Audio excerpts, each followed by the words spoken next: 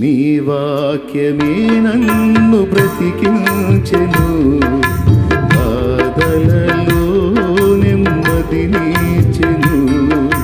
నీ వాక్యమే నన్ను బ్రతికించెను, బాధలలో నెమ్మదినిచ్చెను.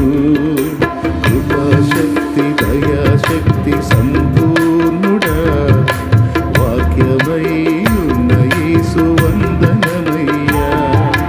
కృపాశక్తి దయాశక్తి